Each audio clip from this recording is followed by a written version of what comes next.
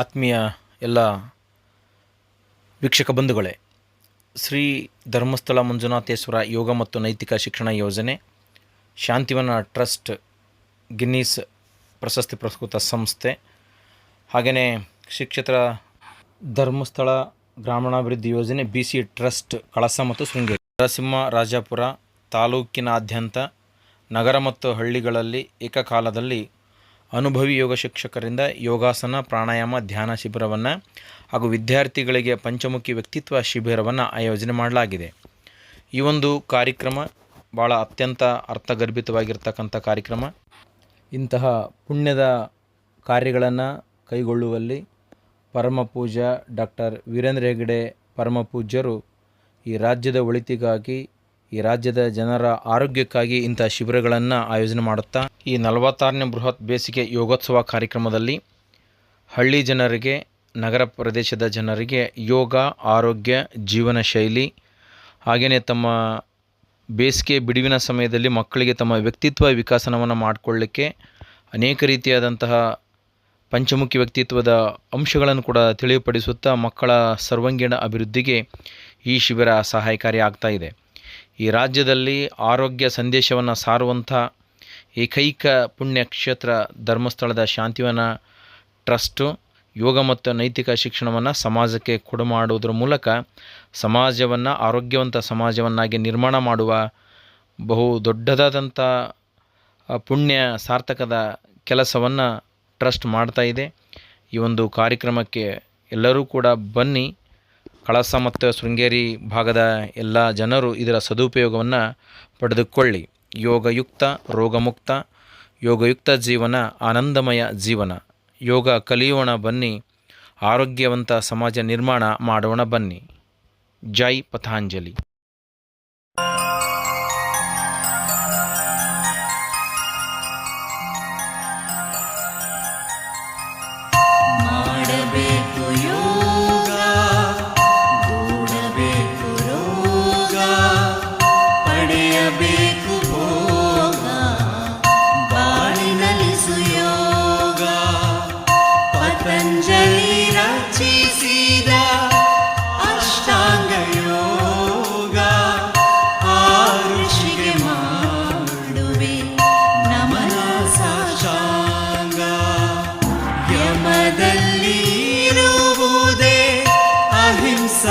ಸತ್ಯ ಆಸ್ತೆಯ ಅಪರಿಗ್ರಹ, ಬ್ರಹ್ಮಚರ್ಯ ಸೂತ್ರಗಳು ನಿಯಮದಲ್ಲಿರುವುದೇ ಶೌಚ ಸಂತೋಷ, ತಪಸ್ಸು ಸ್ವಾಧ್ಯಾಯ ಈಶ್ವರ ಪ್ರಣಿಧಾನಗಳು.